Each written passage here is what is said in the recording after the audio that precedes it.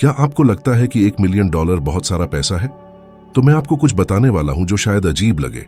अगर आप वही लागू करते हैं जो मैं आज आपको दिखाऊंगा, तो सिर्फ 4 हफ्तों में $1 मिलियन बस कुछ छोटी मोटी राशि जैसा लगेगा।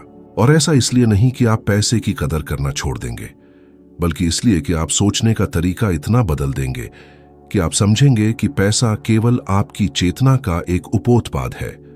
और जब यह होगा तो आप पैसे का पीछा करना बंद कर देंगे और इसे अपनी ओर आकर्षित करने लगेंगे।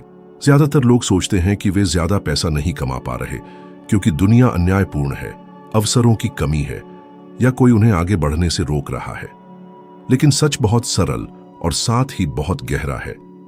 आप ज्यादा नहीं कमा पा रहे क्योंकि आप यह नहीं जानते कि ज्यादा कैसे कमाया जाता है। इसका किसी प्रकार की किस्मत, संकट या किसी के द्वारा रास्ता खोलने से कोई लेना देना नहीं है। यह चेतना से संबंधित है कि आप खुद को कैसे देखते हैं और आप क्या करने में सक्षम हैं, यह क्या मानते हैं। यह ऐसा है मानो आपके दिमाग में एक अदृश्य प्रोग्राम चल रहा हो जो चुपचाप आपके सभी कार्यों और निर्णयों को नियंत्रित करता है। मैं इस प्रोग्राम को पैराडाइम कहता हूं और जब तक यह नहीं बदलता, आपके परिणाम नहीं बदलते। मैंने बिक्री प्रबंधकों के सामने बैठकर उनसे कहा कि अपनी टीम के 2 या 3 विक्रेताओं का नाम बताएं। फिर मैंने पूछा, क्या आप अनुमान लगा सकते हैं कि वे 6 महीने में कितना बेचेंगे? जवाब हमेशा हाँ था। पता है क्यों? क्योंकि वे हर महीने, हर साल वही पैटर्न दोहराते थे। यदि वे अच्छे थे तो अच्छे बने रहते थे, लेकिन उसी स्तर पर। यदि वे हमेशा नौकरी से निकाले जाने के कगार पर थे तो वैसे ही बने रहते थे, बिना किसी बड़ी प्रगति के। यही पैराडाइम का काम है। यह आपको आपके संभावित क्षमता के बावजूद वहीं रखता है। जब मैं अपनी शुरुआत के बारे में सोचता हूं, मुझे याद आता है कि मैं भी एक सीमित पैराडाइम में फंसा हुआ था। मैं टोरंटो के फायर ब्रिगेड में काम करता था और मेरे लिए मेरी तनख्वाह वह अधिकतम थी जो मैं कमा सकता था। मुझे यह ख्याल भी नहीं आया कि मैं कई गुना ज्यादा कमा सकता हूं, और तो और बिना स्कूल लौटे या किसी पारंपरिक मार्ग का पालन किए। जब तक कि एक दिन किसी ने मुझे नेपोलियन हिल की किताब थिंक एंड ग्रो रिचन से परिचित नहीं कराया। उन शब्दों ने मेरे भीतर कुछ जगाया। मैंने केवल पढ़ा नहीं, बल्कि उसे आत्मसात किया। मैंने सोचना शुरू किया, अगर मैं वास्तव में एक अलग वास्तविकता बना सकता हूं, अगर मेरा मूल्य केवल वेतन से नहीं बल्कि मेरे दृष्टिकोण से तय हो, तब मैंने एक सफाई कंपनी खोलने का फैसला किया। मुझे इस क्षेत्र में कोई अनुभव नहीं था, न ही प्रबंधन की शिक्षा। मेरे पास केवल विचार और कार्य करने का निर्णय था। 1 साल में इस निर्णय ने मुझे $1,00,000 से अधिक वन कमाई दी, और यह बिना किसी विस्तृत योजना, बिना निवेशकों, बिना किसी सुरक्षा के। केवल एक नया चेतना स्तर और एक अलग पैराडाइम। जब लोग ये सुनते हैं तो वे सोचते हैं, अरे उसे भाग्य मिला, या आजकल ऐसा नहीं होता। और यही जाल है। जब आप प्रयास करने से पहले मानसिक बाधाएं बना लेते हैं तो आपका पैराडाइम जीत जाता है। आप वही चक्र दोहराते हैं और अपने आप को यह गलत कहानी सच साबित कर देते हैं कि यह असंभव है। मुद्दा यह नहीं है कि अवसर मौजूद हैं या नहीं। मुद्दा यह है कि क्या आप उन्हें देख पाने और उनके सामने आने पर कार्य करने के लिए तैयार हैं। और यदि आपको लगता है कि आप अभी तैयार नहीं हैं, तो वही बदलाव की शुरुआत है। तैयार महसूस करने से पहले कार्य करने का निर्णय। अब अपने आप से पूछें, कितनी बार आपके पास कोई विचार, इच्छा या प्रेरणा आई और आप कुछ ही सेकंड में इसे न करने के कारणों की सूची बनाने लगे? कितनी बार आपने खुद से कहा, अभी समय नहीं है, या जब चीजें बेहतर होंगी? आप यह नहीं समझते कि यह आंतरिक संवाद आपके जीवन को किसी भी बाहरी कारक से ज्यादा आकार दे रहा है। यह ऐसा है जैसे आप एक पिंजरे में फंसे हों, जिसकी बारियां आपके अपने तर्कों से बनी है। मैं अक्सर कहता हूं कि अपनी आय बदलने के लिए पहले आपको खुद को देखने के तरीके को बदलना होगा।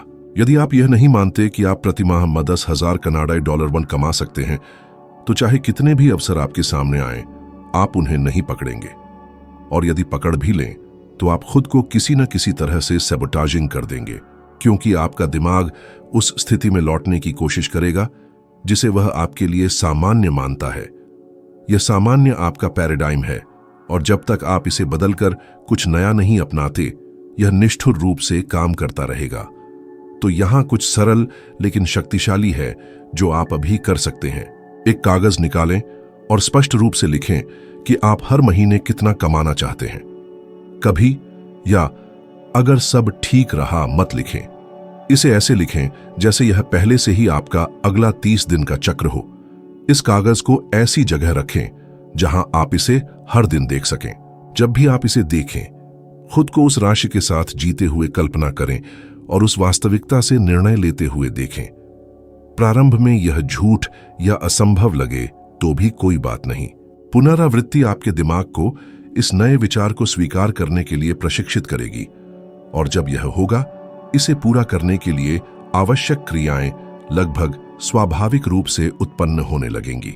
जब आप अपने बारे में जो विश्वास रखते हैं उसे बदलते हैं, तो आपकी आवृत्ति बदलती है, और जब आपकी आवृत्ति बदलती है, आप उन सभी चीजों को आकर्षित करना शुरू कर देते हैं जो इसके अनुरूप हैं। यह जादू नहीं है, बल्कि एक मानसिक और भावनात्मक तंत्र है जिसका आप हर समय उपयोग कर रहे हैं। केवल शायद अब तक आपने इसका उपयोग खुद को सीमित करने के लिए किया। मैंने सबसे सीधे तरीके से सीखा है कि जब आप अपनी चेतना का विस्तार करते हैं तो पैसा अनिवार्य रूप से परिणाम स्वरूप आता है। यही कारण है कि कई लोगों के लिए $1 मिलियन असंभव लगता है, जबकि दूसरों के लिए यह केवल शुरुआत है। जो कई लोगों को हर साल एक ही जीवन में फंसा हुआ रखता है, वह प्रतिभा की कमी या अवसर की कमी नहीं है, यह अनिर्णय है। अनिर्णय आलस्य की जड़ है, और आलस्य वह मौन आदत है जो सपनों को उनके जन्म लेने का अवसर मिलने से पहले ही नष्ट कर देती है। जब आप हिचकिचाते हैं तो केवल समय नहीं गुजरता, यह ऊर्जा है, यह आत्मविश्वास है, यह अवसर है जो निकल जाता है। और सबसे बुरा यह है कि लगभग किसी ने भी सच में निर्णय लेना नहीं सीखा है। बचपन से ही हम इस बात के लिए तैयार किए गए थे कि कोई हमें बताए कि क्या करना है।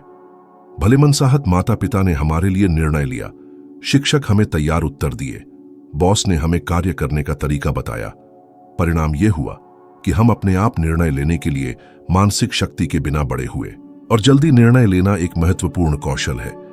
जितना अधिक आप विलंब करते हैं, उतना ही आपका पुराना पैराडाइम सक्रिय होता है। यह आपके वर्तमान स्व का समर्थन करने वाली सभी यादें, विश्वास और असुरक्षाएं खींचना शुरू कर देता है, और हर संभव प्रयास करता है कि आप सुरक्षित स्थान पर लौट जाएं, भले ही वह स्थान वही हो जहां आप अब नहीं रहना चाहते। यह ऐसा है जैसे आप हैंड ब्रेक खींचकर कार को तेज करने की कोशिश कर रहे हो। मुझे अपने सबसे छोटे बेटे के साथ एक घटना याद है जो स्विम टीम छोड़ने के बारे में सोच रहा था। वह मेरे पास आया और पूछा कि मैं क्या सोचता हूं। मैं कह सकता था रुको या जाओ, और वह मेरी निर्णय का पालन करता। लेकिन मुझे पता था कि यह कुछ बड़ा करने का अवसर था, इसलिए मैंने प्रश्न को वापस किया, तुम क्या सोचते हो? उसने बहाने बनाए कि उसे भविष्य में तैराकी की जरूरत नहीं होगी, लेकिन मुझे पता था कि असली कारण कुछ और था। उसे सुबह 5 बजे उठकर ठंडी पूल में कूदना पसंद नहीं था। मैं दबाव डाल सकता था, लेकिन मैंने सरल तरीके से परिणाम दिखाना पसंद किया। अगर तुम अभी छोड़ दो तो अगली बार छोड़ना आसान होगा, और उसके बाद और भी आसान, जब तक तुम छोड़ने में माहिर नहीं हो जाते। उसने टीम नहीं छोड़ी, और उसने शायद तुरंत महसूस न करते हुए यह सीखा कि निर्णय लेना भी विकल्प की लागत को स्वीकार करना है। एंड्रयू कार्नेगी ने नेपोलियन हिल के साथ भी कुछ ऐसा ही किया। उन्होंने पूछा कि क्या वह अपना शेष जीवन उस परियोजना को समर्पित करने के लिए तैयार है जिसके लिए उसे शायद पहले 20 वर्षों में कुछ भी नहीं मिलेगा। हिल ने उन 29 सेकंड में हां कहा। उस त्वरित हां ने उस काम का रास्ता खोला जो लाखों लोगों का जीवन बदल देगा। और कार्नेगी को पता था कि अगर हिल देर करता, हिचकिचाता, तो शायद उसके पास अंत तक जाने का साहस नहीं होता। निर्णय में तेजी यह संकेत है कि आप अपने जीवन का नेतृत्व कर रहे हैं, न कि केवल उस पर प्रतिक्रिया दे रहे हैं। विज्ञान इसे पुष्टि करता है। शोध दिखाते हैं कि स्पष्ट लक्ष्य के आधार पर तेजी से लिए गए निर्णय लंबे समय तक टिकने की संभावना रखते हैं, जबकि वे निर्णय जिनमें व्यक्ति बहुत समय लाभ और हानि पर विचार करता है, कम टिकाऊ होते हैं। यह इसलिए है क्योंकि तेज निर्णय उद्देश्य से उत्पन्न होते हैं, जबकि धीमे निर्णय अक्सर गलती करने के डर से पैदा होते हैं। दरअसल डर निर्णय का सबसे बड़ा बाधक है। यह तर्क की आड़ में छिप जाता है और सावधानी का बहाना बनाता है, लेकिन सच यह है कि अत्यधिक सावधानी निष्क्रिय कर देती है। यह ऐसा है जैसे आप स्विमिंग पूल के किनारे खड़े होकर पानी का तापमान, गहराई और हवा की दिशा का विश्लेषण करते रहे जब तक सूरज डूब जाए और आप न तैरें। यदि आप अनिर्णय के चक्र को तोड़ना चाहते हैं तो छोटे कामों से शुरू करें। यह तय करने में 20 मिनट न लगाएं कि आप कहां लंच करेंगे। किसी निमंत्रण का जवाब देने में दिन न लगाएं जिसे आप पहले से ही स्वीकार करना चाहते हैं। निर्णय लें और आगे बढ़ें।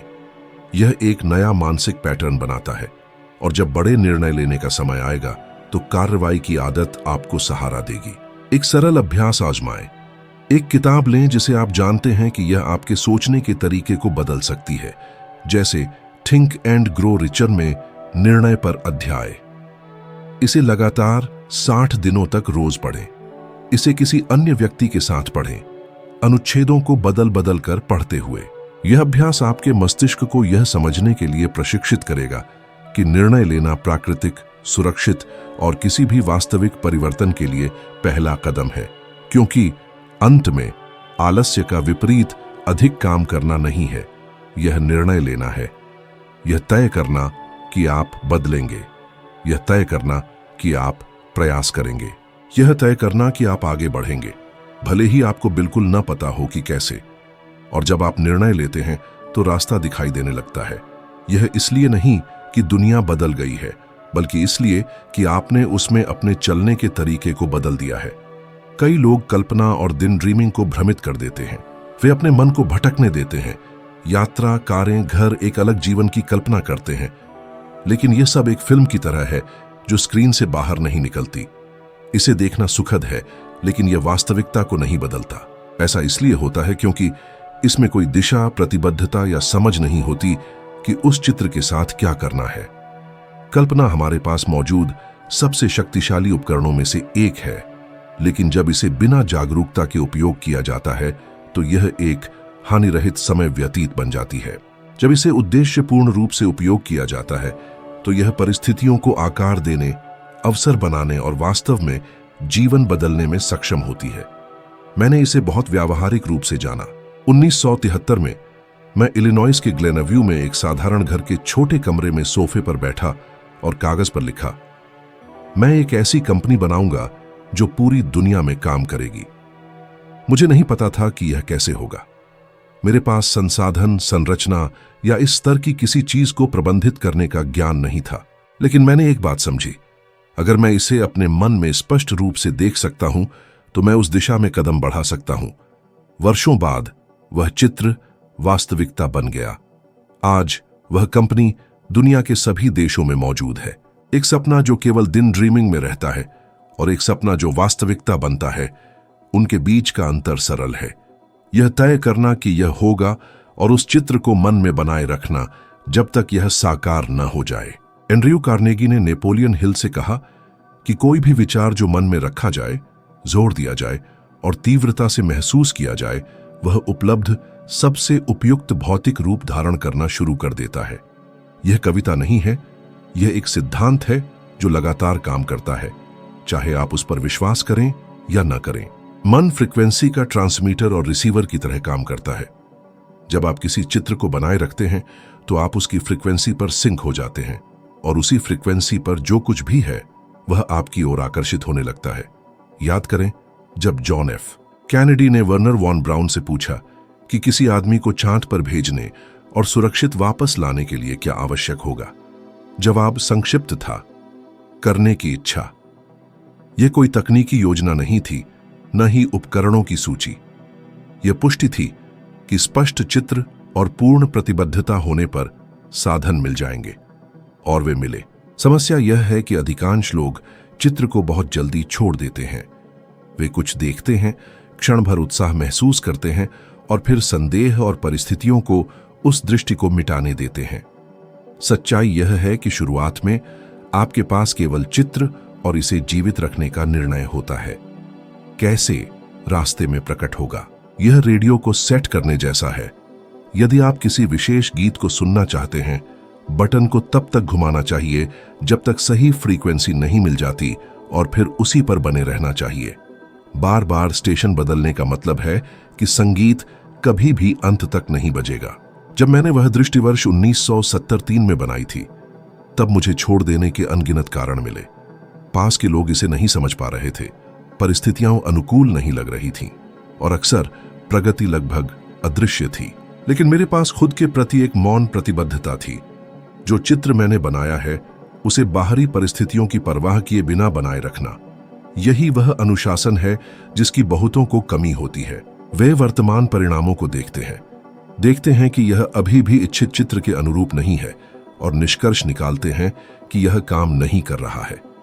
यह ऐसा है जैसे आप एक बीज बोते हैं और अगले दिन मिट्टी खोदते हैं, यह देखने के लिए कि वह अंकुरित हुआ या नहीं। यदि आप अपनी कल्पना को रचनात्मक शक्ति में बदलना चाहते हैं तो आपको समझना होगा कि यह केवल वास्तविकता से भागने के लिए एक आश्रय नहीं है। यह वह उपकरण है जिससे आप वह जीवन बना सकते हैं जो आप जीना चाहते हैं। फर्क यह है कि जब आप किसी चित्र को स्थिर करते हैं और भावनात्मक रूप से उससे जुड़ते हैं तो आप अलग तरह से कार्य करने लगते हैं, उन अवसरों को पहचानने लगते हैं जिन्हें पहले आप अनदेखा कर देते थे और उन निर्णयों को लेने लगते हैं जो उस दृष्टि के अनुरूप होते हैं। आपका व्यवहार बदल जाता है और दुनिया इस बदलाव का जवाब देती है। आपके उपयोग किए जाने वाले शब्द और जिन लोगों के साथ आप समय बिताते हैं वे चुपचाप यह आकार देते हैं कि आप कैसे सोचते, कार्य करते और अंततः कौन से परिणाम प्राप्त करते हैं। अधिकांश लोग यह प्रभाव महसूस नहीं करते, लेकिन हर बातचीत, हर वातावरण, हर बार दोहराई गई अभिव्यक्ति आपके मन के लिए एक आदेश के रूप में काम करती है। नकारात्मक लोगों के पास रहना ऐसा है जैसे पैरों में भार बांधकर दौड़ना। आप आगे बढ़ सकते हैं, लेकिन प्रयास अनावश्यक रूप से अधिक होगा और वह ऊर्जा जो सृजन और प्रगति के लिए इस्तेमाल हो सकती थी व्यर्थ हो जाएगी। मैं उन बैठकों में रहा हूं जहां किसी भी बातचीत या प्रस्तुति से पहले परिणाम लगभग उस ऊर्जा से तय हो चुका होता था जो व्यक्ति के प्रवेश करने पर वह लाता था। मैंने ऐसे अधिकारियों को देखा जिन्होंने केवल आवाज के स्वर और दृष्टि की दृढ़ता से प्रस्ताव प्रस्तुत करने से पहले ही बेच दिया। यह जादू नहीं था, यह वह ऊर्जा थी जो संचारित हो रही थी। दूसरी ओर मैंने अत्यंत तकनीकी रूप से सक्षम लोगों को अवसर खोते देखा, क्योंकि वे संदेह और तनाव के क्षेत्र को अपने साथ लाते थे जो पूरे वातावरण को प्रभावित करता था। आप जो महसूस करते हैं, सोचते हैं और व्यक्त करते हैं वह केवल आपके अंदर नहीं रहता, यह आपके आसपास सभी द्वारा सचेत या अवचेतन रूप से अनुभव किया जाता है। थॉमस एडिसन इसका एक शक्तिशाली उदाहरण है। जब उन्होंने विद्युत बल्ब बनाने का निर्णय लिया तो उनका मजाक उड़ाया गया और उन्हें पागल कहा गया। सोचिए अगर उन्होंने उन लोगों के बीच खुद को घेर लिया होता जो इस सीमित दृष्टिकोण को बढ़ावा देते, यह कहते हुए कि यह असंभव है कि वह अपना समय बर्बाद कर रहे हैं, शायद इतिहास अलग होता। एडिसन ने खुद को उन लोगों के बीच रखा जो प्रगति में विश्वास करते थे, भले ही उनके चारों ओर की दुनिया कह रही थी कि यह संभव नहीं है। यही फर्क करता है। अपने मन की रक्षा करें जैसे यह सबसे कीमती संपत्ति हो, क्योंकि वास्तव में यही है। मैंने जल्दी ही एक चीज सीखी है कि आपको उन बातचीतों में चयनात्मक होना चाहिए जिन्हें आप बनाए रखते हैं। कुछ लोगों की आदत होती है समस्याओं, बीमारियों, संकटों या असफलताओं के बारे में बात करने की। यदि आप अनुमति देते हैं तो यह उस मानसिक स्थान को घेर लेगा जो विचारों और समाधानों के लिए आरक्षित होना चाहिए। जब भी मैं ऐसी स्थिति में होता हूं जहां बातचीत नकारात्मकता की ओर मुड़ने लगती है, मैं विषय बदल देता हूं या बस दूर हट जाता हूं। यह असभ्यता नहीं है, यह आत्मसंरक्षण है। मुझे एक विशिष्ट अवसर याद है जब मैं एक महत्वपूर्ण अनुबंध को पूरा करने वाला था। बैठक से पहले मैंने कुछ मिनट अकेले बिताए, यह मानसिक चित्रण करते हुए कि मैं वास्तव में उस कंपनी की मदद कर रहा हूं। मैंने वह ऊर्जा लेकर बैठक में प्रवेश किया, सभी को वास्तविक उत्साह के साथ अभिवादन किया और देखा कि उन्होंने उसी तरंग में प्रतिक्रिया दी। बाद में एक निदेशक ने मुझे बताया कि उनके लिए मेरे साथ अनुबंध करने का निर्णय पहले ही कुछ मिनटों में हो गया था, क्योंकि उन्होंने महसूस किया कि मैं केवल बेचने के लिए नहीं बल्कि योगदान देने के लिए वहां था। इससे मुझे यह और स्पष्ट हुआ कि हम जो संचारित करते हैं वह शब्दों से कहीं अधिक प्रभाव डालता है। जो लोग इसे रोजमर्रा की जिंदगी में लागू करना चाहते हैं उनके लिए एक सरल लेकिन अत्यंत शक्तिशाली कदम है। 4 हफ्तों तक किसी भी व्यक्ति के साथ समस्याओं या बीमारियों के बारे में बात करने से बचें जो वास्तव में उन्हें हल करने में मदद नहीं कर सकता। ध्यान दें कि यह आपके मूड फोकस और लोगों के आपके प्रति प्रतिक्रिया करने के तरीके को कैसे बदलता है। जब आप रचनात्मक विषय चुनने की आदत डालते हैं तो आप अधिक अवसरों और कम बाधाओं को देखने लगते हैं, क्योंकि आपका ध्यान समाधानों की ओर केंद्रित हो जाता है। मूल रूप से यह सब जागरूकता के बारे में है। यह समझना कि प्रत्येक बातचीत एक अवसर है, या तो उस पैटर्न को मजबूत करने का जो आप चाहते हैं, या उस पैटर्न को पीछे छोड़ने का जिसे आप छोड़ना चाहते हैं। जब आप अपने शब्दों को नियंत्रित करते हैं जो आपके मुंह से निकलते हैं और सावधानी पूर्वक चुनते हैं कि किसे आपकी ऊर्जा तक पहुंच है, तो आप अपने मानसिक वातावरण का नियंत्रण ले रहे हैं। और जब वातावरण बदलता है, आपके परिणाम भी बदलते हैं। चाहना ही एकमात्र पूर्वापेक्षा है। यह जानने के बारे में नहीं है कि कैसे, यह सब कुछ योजनाबद्ध करने के बारे में नहीं है, और न ही यह सुनिश्चित होने के बारे में है कि यह सफल होगा। यह बस इतना है कि पर्याप्त मजबूती से चाहो ताकि यह निर्णय ले सको कि यह तुम्हारा होगा। अधिकांश लोगों की गलती यह है कि वे निर्णय को तैयार योजना से जोड़ देते हैं। वे जो चाहते हैं उसे देखते हैं और कहने के बजाय मैं चाहता हूं इसीलिए मैं इसे साकार करूंगा, सोचते हैं मैं चाहता हूं लेकिन मैं कैसे भुगतान करूंगा, मैं कैसे शुरू करूंगा, अगर यह काम नहीं हुआ तो। यह लेकिन किसी भी वास्तविक बाधा की तुलना में अधिक सपनों को मारता है। जब मैंने एक ऐसा व्यवसाय छोड़ने का निर्णय लिया जो मुझे सालाना 1 मिलियन यूरो से अधिक कमा कर दे रहा था और अर्ल नाइटिंगेल के साथ सालाना 1,88,000 यूरो पर काम करने लगा, तो बहुत से लोगों ने सोचा कि मैं पागल हूं। लेकिन मैं सिर्फ नौकरी बदल नहीं रहा था, मैं उस दिशा में बढ़ रहा था जो मैं वास्तव में चाहता था। और यह जानते हुए कि मैं क्या चाहता हूं, मुझे हां कहने के लिए सभी उत्तरों की आवश्यकता नहीं थी। मुझे पता था कि यह कदम मुझे सही मार्ग पर ले जाएगा और यह निर्णय को न्याय संगत ठहराने के लिए पर्याप्त था। यह एक पैटर्न है जिसे मैं उन सभी लोगों में देखता हूं जो बड़े परिणाम प्राप्त करते हैं। वे कैसे से पहले निर्णय लेते हैं। योजना, संसाधन, लोग और अवसर निर्णय के बाद ही आते हैं। ऐसा इसलिए होता है क्योंकि निर्णय लेने पर आप अपनी मुद्रा, फोकस और आवृत्ति बदल देते हैं। और जब यह बदलता है, आप उन तत्वों को देखना और आकर्षित करना शुरू कर देते हैं जो पहले अनदेखे थे। विज्ञान ने पहले ही देखा है कि मस्तिष्क दृढ़ प्रतिबद्धताओं पर इस तरह प्रतिक्रिया करता है जैसे कि जब कोई चीज केवल एक संभावना हो। एक तय किया हुआ लक्ष्य उन क्षेत्रों को सक्रिय करता है जो प्रेरणा और योजना से जुड़े हैं, भले ही योजना अभी मौजूद ना हो। यह ऐसा है जैसे मन कहता है यह होगा, अब मुझे साधन ढूंढने हैं। बिना इस निर्णय के मस्तिष्क तात्कालिकता को नहीं देखता और आप वही दिनचर्या जारी रखते हैं, यह उम्मीद करते हुए कि कुछ बाहरी बदलाव होगा। मुझे याद है जब मैंने इन सिद्धांतों को सिखाना शुरू किया और मेरे पास आज जैसी संरचना नहीं थी। मैं अकेला था, एक साधारण कमरे में, लेकिन अपने मन में मैं पहले ही उस तरह कार्य कर रहा था जैसे मैं एक बड़े वैश्विक टीम का नेतृत्व करता हूं। मुझे नहीं पता था कि मैं वहां कैसे पहुंचूंगा, लेकिन मैं चाहता था और मैंने निर्णय लिया था कि मैं पहुंचूंगा। आज पीछे मुड़कर देखने पर मैं समझता हूं कि प्रत्येक संसाधन, प्रत्येक सहयोगी, प्रत्येक अवसर निर्णय लेने के बाद ही आया। लोग अक्सर मानते हैं कि उन्हें पहले आवश्यक सभी चीजें इकट्ठा करनी होंगी और फिर निर्णय लेना होगा, लेकिन यही लॉजिक अधिकांश को स्थिर रखता है। निर्णय बीज है, यही पोषक तत्वों को आकर्षित करता है, जड़ें बनाता है और पौधे को बढ़ने देता है। बिना निर्णय के बढ़ने के लिए कुछ नहीं है। आज सोचें कि आप वास्तव में क्या चाहते हैं, न कि आप क्या हासिल कर सकते हैं, बल्कि आप वास्तव में क्या चाहते हैं। यह सोचने में ऊर्जा बर्बाद करने के बजाय कि आप क्यों नहीं कर सकते, प्रत्येक सेकंड इस बारे में सोचें कि आप कैसे कर सकते हैं। यह फोकस परिवर्तन महत्वपूर्ण है, क्योंकि जहां आपका प्रमुख विचार है वहीं आपकी क्रिया भी होगी। अगर आप बड़ी उपलब्धियों की कहानियों को देखें तो आप पाएंगे कि सभी ने किसी ने मैं करूंगा कहकर शुरू किया, इससे पहले कि उन्हें बिल्कुल पता होता कि कैसे। वॉन ब्राउन ने कहा कि एक आदमी को चंद्रमा पर ले जाने और वापस लाने के लिए केवल करने की इच्छा की आवश्यकता थी, बाकी सब कुछ आएगा। और आया भी।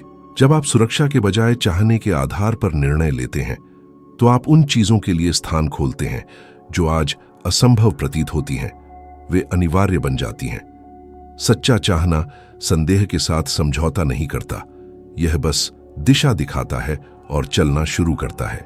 शेष रास्ता धीरे धीरे प्रकट होता है, लेकिन केवल उनके लिए जो पहले से ही गति में है।